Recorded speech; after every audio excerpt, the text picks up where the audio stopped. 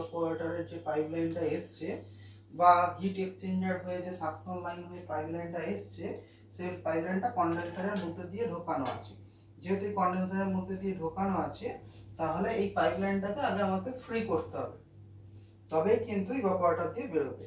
তো ফ্রি করার জন্য আমরা কি করছি না, ফ্রি করার জন্য আমরা প্রথমে স্ক্রুড্রাইভারের মাইনাস দিকটা নিচ্ছি।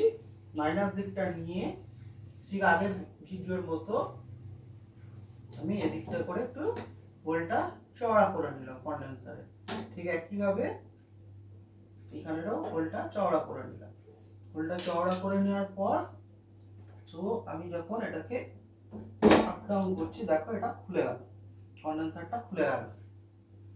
ঠিক একইভাবে আমরা কি করব না, কন্ডেন্সারের উপর দিকে যে অংশটা রয়েছে সেটাকেও আমরা হোলটা চওড়া করে নেব।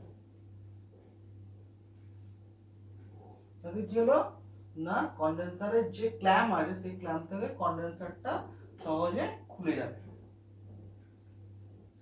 ঠিক আছে, তো ঠিক একইভাবে এটাও আমি উপর দিক দিয়ে নিয়ে এটাকে বার করে নিলাম।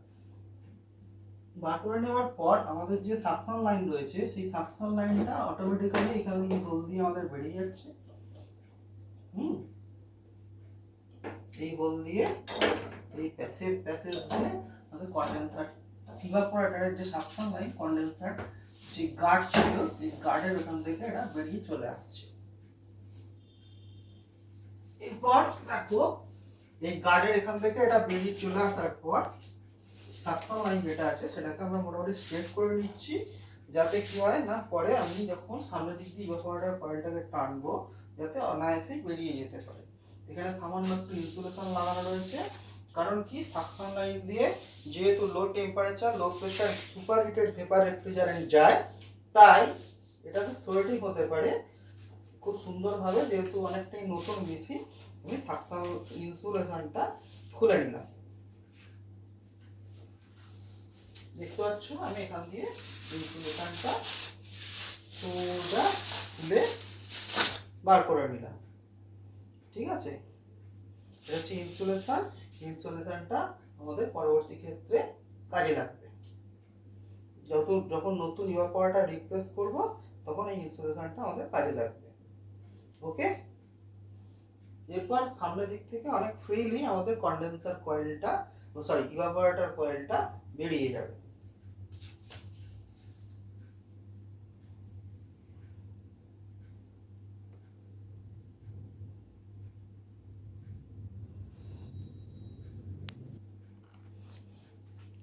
এরপর দেখো আমার কাছে একটা লাট্টু স্টেনার রয়েছে, লাট্টু স্ক্রুড্রাইভার রয়েছে।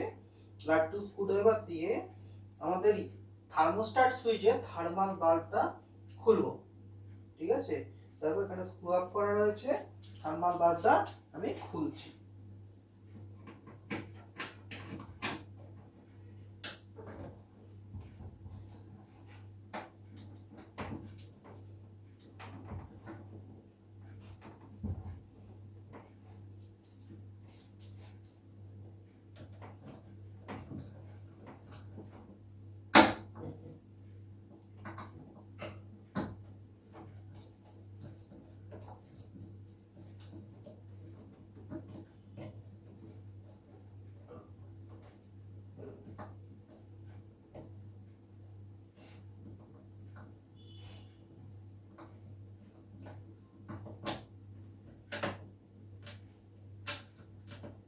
দেখতে পাচ্ছ আমাদের থার্মাল বাল্বটা স্ক্রু আপ করে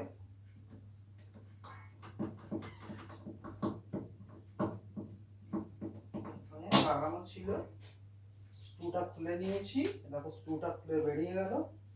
এরপর আমরা এই থার্মাল বাল্ব এটা খুলে গেছে, যাতে না হারিয়ে যায় তার জন্য থার্মাল বাল্বের সঙ্গে যে আমাদের টেলটা লাগানো ছিল এবং তার সঙ্গে যে স্ক্রুটা লাগানো ছিল সেটাকে আমরা লাগিয়ে রেখে দিলাম। ঠিক আছে, থার্মাল বাল্ব রিমুভ হয়ে গেল। এরপর আমাদের কাজ হচ্ছে ইভাপোরেটর ফ্রেমটাকে খোলা। এবার দেখো আমরা ইভাপোরেটর ফ্রেমটাকে ঠিক একইভাবে স্ক্রুড্রাইভার দিয়ে খুলছি। ঠিক আছে, দেখো স্ক্রুড্রাইভার দিয়ে আমি ইভাপোরেটর ফ্রেমটাকে খুলছি।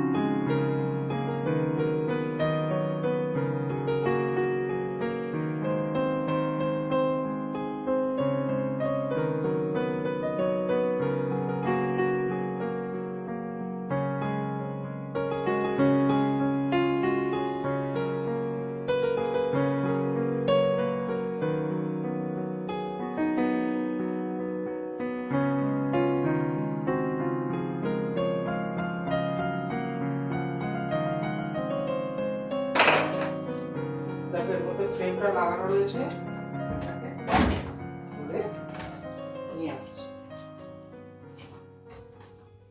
এর মধ্যে লক থাকে, এই লকগুলোকে আমি খুলছি, দেখতে থাকো লকটা কেমন করে খুলি। ইভাপোরেটরের ফ্রেমটা বেরিয়ে চলে গেল, আলাদা হয়ে গেল ইভাপোরেটরের ফ্রেমটা। এটা হচ্ছে ইভাপোরেটরের ফ্রেম, আর হচ্ছে মেন ইভাপোরেটর যেটা আছে, যেটা হচ্ছে মেন ইভাপোরেটর। ইভাপোরেটরটাকে আমি কি করব, সোজা সামনের দিকে টানবো। যেহেতু পেছন দিকে আমাকে সোজা করে পজিশন করাই আছে, যেহেতু সোজা টানলে বেরিয়ে চলে আসবে।